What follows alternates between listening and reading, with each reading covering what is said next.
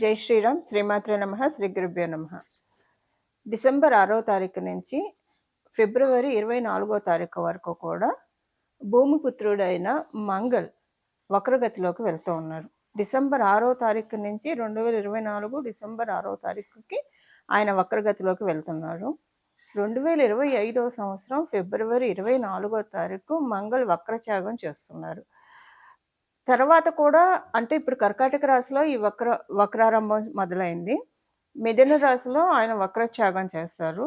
తర్వాత కూడా ఏప్రిల్ 2 వరకు కూడా ఆయన మిథున రాశిలోనే సంచారం సాగించి అంటే 2025 ఏప్రిల్ 2వ తారీఖు వరకు మిథున రాశిలోనే ఆయన సంచారం సాగించి తర్వాత కర్కాటక రాశిలోకి వస్తారు.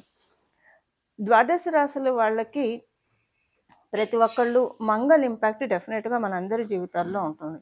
ఎందుకంటే భూమిపుత్రుడు అసలు మనము మన లైఫ్లో ఎలా ఉంటున్నాము, అగ్రెషన్ అనేది ఎక్కడ చూపిస్తున్నాము, అవసరమైన చోటు చూపించాలి, అన్ని చోట్ల మన ప్రతాపం చూపించకూడదు. అలాగని అన్ని చోట్ల చేతులు ముడుచుకొని కూడా కూర్చోకూడదు. ఈ రెండూ ఉండకూడదు. ఎవరికైతే మంగళ బ్యాలెన్స్గా ఉంటారో ఎక్కడైతే వాళ్ళు అవసరమైన చోటే వాళ్ళ ఇది చూపిస్తారంటే వాళ్ళ ఫైర్ అవసరమైన చోటు చూపిస్తారు. అనవసరమైన చోట చాలా కామన్ స్టేబుల్ సెటిల్డ్గా ఉంటారు. ఇది మంచి మంగళ మనకు అందించే ఇది. అదే ఒకవేళ మంగళ ఎవరి దాంట్లో అయినా పాడైపోయి ఉంటే ప్రతి దానికి యుద్ధమే, అంటే ప్రతి దానికి సంఘర్షణ ఎక్కువ ఉంటుంది వాళ్ళకి లైఫ్లో. అనుకోకుండా వాళ్ళకి లైఫ్లో గొడవలు కూడా ఎక్కువగా ఉంటాయి. ప్రతి ఒక్కళ్ళతో విభేదాలు ఉంటాయి, గొడవలు ఉంటాయి, మనస్పర్ధలు ఉంటాయి. ఏ ఒక్క రిలేషన్లో కూడా ప్రశాంతంగా ఉండదు. ప్రతిదీ కూడా డిస్ప్యూట్స్ తోటి ఇష్యూస్ తోటి ఉంటుంది. ఇది జనరల్ పాయింట్స్ నేను చెప్పేది. ఇప్పుడు మంగళ్ మనకి కర్కాటక రాశిలో ఉండి వక్రగతిలోకి వెళ్ళడం అనేది చాలా విశేషాంశము. దానికి కారణం ఏంటంటే కర్కాటక రాశిలోనూ ఆయన నీచ స్థితి పొందుతాడు. ఎప్పుడైనా ఒక నీచ రాశిలో నీచపడ్డ గ్రహం కనుక వక్రగతిలోకి వెళ్ళిందంటే అది ఉచ్చగ్రహంతో సమానమైన ఫలితాన్ని ఇస్తుంది. ఈ ఉచ్చగ్రహంతో సమానమైన ఫలితాలు ఇచ్చేది ద్వాదశ రాశుల వాళ్ళకి ఎలాంటి ఇంపాక్ట్ ఉంటుంది. అండ్ ద్వాదశ రాశుల్లో 5 రాశుల గురించి మనం ప్రధానంగా, అన్ని రాశుల గురించి మనం మాట్లాడుకుందాము. 5 రాశుల గురించి ప్రధానంగా మాట్లాడుకుంటే మేషరాశి, కర్కాటక రాశి, సింహరాశి, వృశ్చిక రాశి, మకర రాశి. ఈ 5 రాశుల వాళ్ళకి ఇంకా స్పెషల్ ఇంపాక్ట్ ఉంటుంది. ఆ స్పెషల్ ఇంపాక్ట్ అందరికీ స్పెషల్ ఇంపాక్ట్ ఉంటుంది. ఎందుకు నేను ఈ 5 పర్టికులర్ రాశులు చెప్పానంటే మేష వృశ్చిక రాశుల వాళ్ళకి ఆయనే రాష్ట్రాధిపతి. కర్కాటక సింహ రాశుల వాళ్ళకి పరిపూర్తి రాజయోగాన్ని ఇస్తాడు. ఆయన ఒక్కడు చాలు వాళ్ళ జీవితాన్ని అప్లిఫ్ట్ చేయడానికి. ఏ గ్రహం అనుకూలించకపోయినా ఆయన ఒక్కడు చూడ, ఆయన దశ అంతర్దశలో ఆయన కనుక మంచి ప్లేస్లో ఉంటే, మంచి ప్లేస్లో లేకపోయినా మంచిగా చేస్తాడు. మంచి ప్లేస్లో ఉంటే వాళ్ళ జీవితాన్ని 360 degrees ట్రాన్స్ఫర్మేషన్ మోడ్లోకి తీసుకెళ్ళి తీరుతాడు. ఇంకా వేరే గ్రహాల బలం బాగా ఉందనుకోండి, గురు భగవానుడు బలం, ఇలా అందరి బలం బాగా ఉంటే ఇంకా ఎక్స్ట్రీమ్ వాళ్ళకి వెళ్ళిన తర్వాత ఎవరు అంటే వాళ్ళు ఇంకా ఆ పొజిషన్ అనేది వాళ్ళకి సుస్థిరం అయిపోతుంది. ఇంతటి యోగాన్ని ఇచ్చే మంగళుడు కర్కాటక రాశి, సింహరాశి వాళ్ళకి పరిపూర్తి రాజయోగాన్ని ఇస్తాడు. ఇక మకర రాశి అంటే మకర రాశిలోనే ఆయన ఎగ్జాల్టేషన్ తీసుకుంటాడు కాబట్టి మకర రాశి వాళ్ళకి కూడా ఇది ఒక మంచి ఇండికేషన్స్ సూచిస్తుంది. అలా ఇప్పుడు ఈ 5 రాశులు అనే కాకుండా అన్ని రాశుల వాళ్ళకి మంగళ ఇంపాక్ట్ ఎలా ఉంటుంది. కుజ అంటే దీనికి అర్థం మనం కుజుడు అని అంటాం. దీనికి అర్థం కూడా మనం తెలుసుకుందాము. కు అంటే భూమి, జా అంటే పుట్టుట. అంటే జా అనేది మనము దేని నుంచి అయినా పుట్టడాన్ని జా అంటాం. భూమి పుత్రుడు కాబట్టి భూమి నుంచి పుట్టాడు కాబట్టి ఆయనకి కుజ అని పేరు వచ్చింది. అయితే ఆయన ఎక్కువగా మనం మంగళ్ అని సంబోధిస్తే కనుక ఆయన చాలా ప్రీతి పొందుతాడు. ఇక్కడ ఒక చిన్న నోట్ ఏంటంటే మనకి కూడా ఒక చిన్న స్వార్థం. ఎప్పుడు కూడా మంగళం అంటే తదాస్తు దేవతలు ఏదో ఒక రోజు తదాస్తు అంటే మన జీవితంలో సన్మంగళాలు ఇంకా ఫిక్స్ అయిపోతాయి. ఆ సన్మంగళాలకి కొదవ ఉండదు. అబండెన్స్ అంటారు కదా, సమృద్ధిగా మన జీవితంలో సన్మంగళాలు ఉంటాయి. ఎప్పుడు మనం అందుకే కదా మన చిన్నప్పటి నుంచి మన పెద్దలే కావచ్చు, మన పూర్వీకులే కావచ్చు, ఇవన్నీ ప్రాక్టీస్ వస్తున్న వర్డ్సే. ఏదైనా అయిపోతే నిండుకుందని చెప్తారు. సో ఇలా మనకి ఫస్ట్ నుంచి వస్తున్నది. ఒకవేళ ఎవరినన్నా తిట్టాలన్నా, నీ ఇల్లు బంగారం కాను అని అంటారు, లేదా నీ నోట్లో బెల్లం కొడతా అని తిడతారు. ఏదైనా కోపం వచ్చినా కూడా మంగళకరంగానే వాళ్ళు వర్డ్స్ ఉండే విధంగా జాగ్రత్త పడేవాళ్ళు మన పూర్వీకులు. అందువల్ల మన నవగ్రహాల్లో ఒక గ్రహమైన ఈయన నిజంగానే మంగళ కదా, ఆయనకు ఒక పేరు మంగళ. అందుకే కుజదోషం అనే కంటే జనరల్గా మనం వినే నానుడి మంగళ దోషం అనే జనరల్గా వింటూ ఉంటాము. సో మనం మంగళ్ అని ఎక్కువగా మనం ఆయన సంబోధిస్తూ ఉంటే, మీ జన్మ జాతకంలో మంగళ ప్లేస్మెంట్ సరిగ్గా ఉన్నా లేకపోయినా మీరు కరెక్ట్ చేసుకోగలుగుతారు. సో ఎక్కువగా ఎవరితోటైనా మీరు అడ్రస్ చేసేప్పుడు ఈ గ్రహం అని అడ్రస్ చేసేప్పుడు మంగళ అని అడ్రస్ చేయడం ప్రాక్టీస్గా పెట్టుకుంటే కనుక మన జన్మ జాతకంలో మంగళ బాగా ఉంటే చాలా మంచి ఫలితాన్ని ఇస్తారు. ఒకవేళ బాగోలేకపోయినా దాన్ని మనం రిపేర్ చేసినట్లు అవుతాం, కరెక్ట్ చేసిన వాళ్ళం అవుతాం. ఇది ఒక రెమెడీ కింద కూడా మనం కన్సిడర్ చేసుకోవచ్చు. ఇప్పుడు మనం ద్వాదశ రాశుల వాళ్ళకి మంగళ ఇంపాక్ట్ ఎలా ఉంటుంది? ఆయన ఆయన వక్రగతి ఎక్కడో లేదు, కర్కాటక రాశిలోనే ఆయన వక్రగతి ఉంది. కర్కాటక రాశిలో ఆయన వక్రగతి ఎలాంటి ఇంపాక్ట్ తెచ్చిపెట్టబోతుంది అంటే ఉచ్చ స్థితి కింద ఇక్కడ కన్సిడర్ అవుతుంది మనకి. ఈ ఉచ్చ స్థితిలో ఉన్న మంగళ ద్వాదశ రాశుల వాళ్ళకి ఎలాంటి ఇంపాక్ట్ ఇస్తున్నారు, దీనికి చేసుకోవాల్సిన అంటే వీటిలో సపోజ్ మీ జన్మజాతకంలో ఇప్పుడు టైం సరిగ్గా లేకపోతే దీన్ని మీరు గ్రాప్ చేసుకోవడానికి ఏం పరిహారాలు చేసుకోవాలి. ఇప్పుడు మంగళ దశ జరిగే వాళ్ళకి, మంగళ అంతర్దశ జరిగే వాళ్ళకి, ఇందాక మనం తెలుసుకున్న 5 రాశుల వాళ్ళకి ఇంపాక్ట్ కొంచెం హాయిగా ఉంటుంది, ఏదైనా గుడ్ ఇంపాక్ట్ ఉంటుంది. ఈ మంచి ఫలితాలు ఏంటనేది ఇప్పుడు మనం ఒక్కొక్క రాశి వారీగా తెలుసుకుందాం విడివిడిగా. వృశ్చిక రాశిలో మీ రాష్ట్రాధిపతే మీకు మీ రాశి నుంచి 9వ స్థానంలో వక్రగతిలోకి వెళ్ళాడు.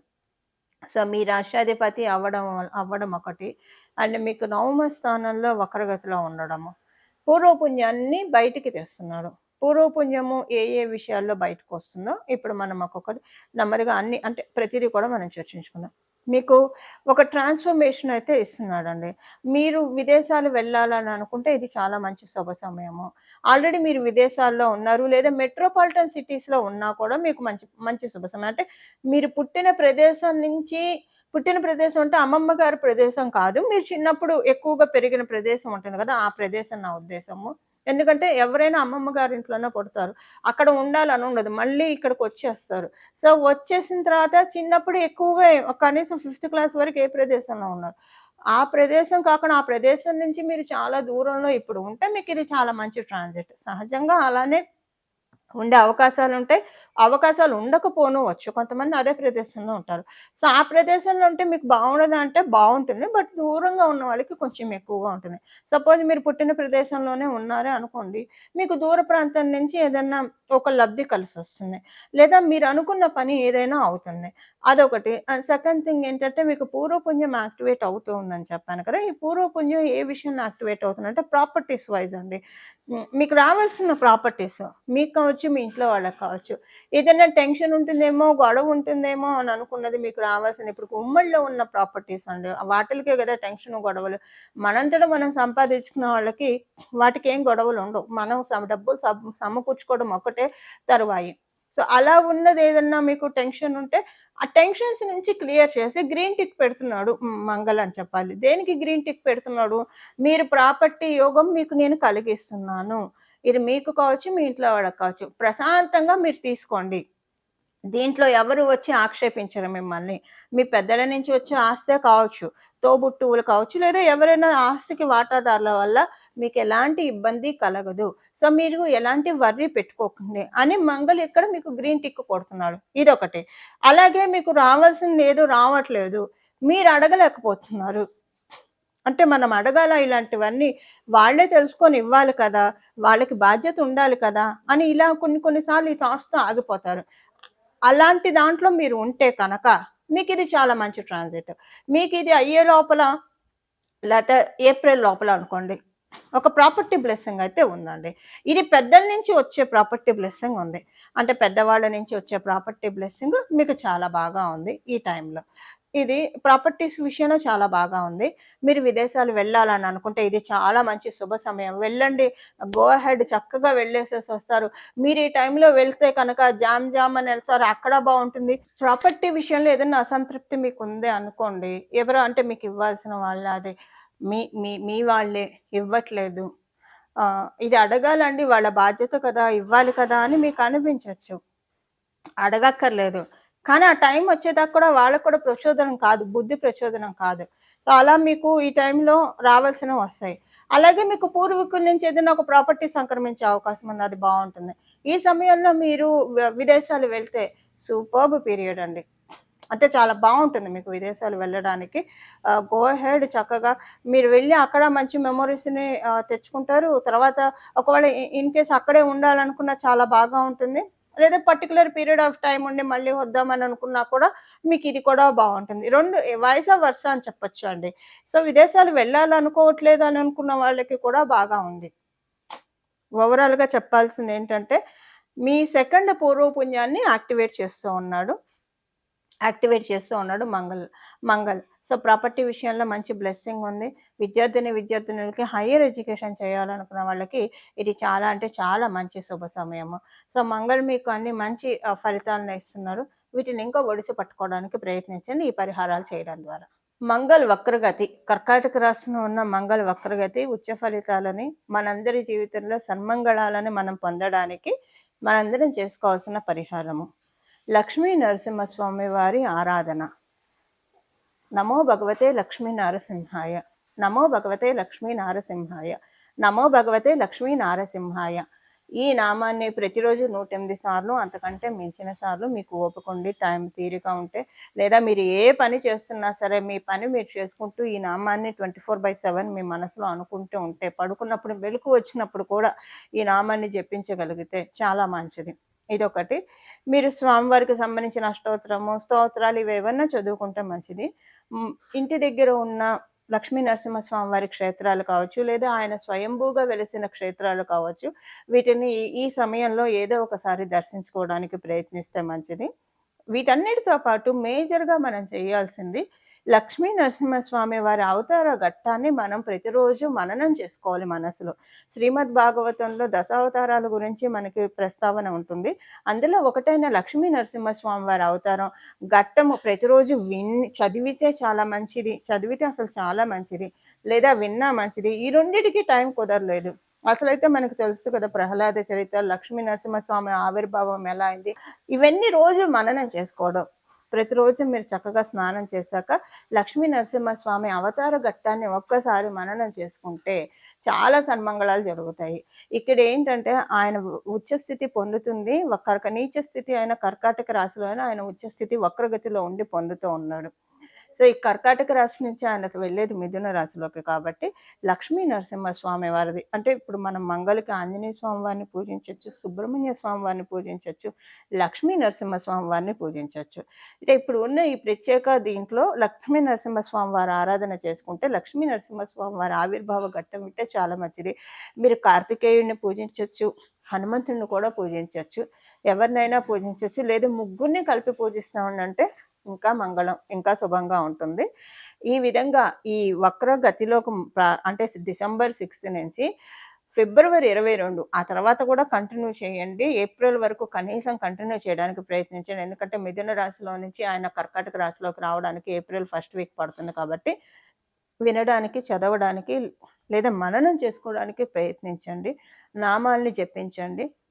మీరు స్నానం చేసిన వెంటనే బీజాక్షరాలు చేసి బీజాక్షరాలు చేసుకొని మంత్ర జపం చేసుకోవచ్చు. ఇంకా డే అంతా మనం ఎక్కడ ఉన్నా, ఏ ప్రదేశంలో ఉన్నా జపించాలంటే నామం ఉత్తమము.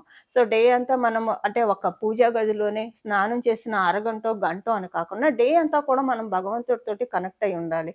రోజంతా కూడా మనం వృధాగా చేసుకోకుండా భగవంతుడి నామాన్ని మనసులో జపించుకోవాలి.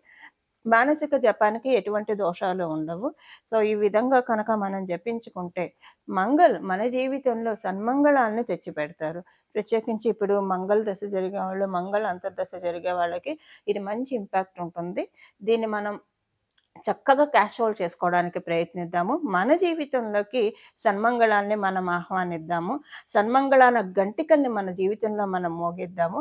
ఇలా మనందరం మోగించాలని చెప్పి నేను కూడా మనందరి తరఫున లక్ష్మీ నరసింహస్వామి వారిని, ఆంజనేయ స్వామి వారిని మరియు సుబ్రహ్మణ్య స్వామి వారిని మనస్ఫూర్తిగా శరణు వేడుకుంటూ మంగళం. నమో భగవతే వాసుదేవాయ.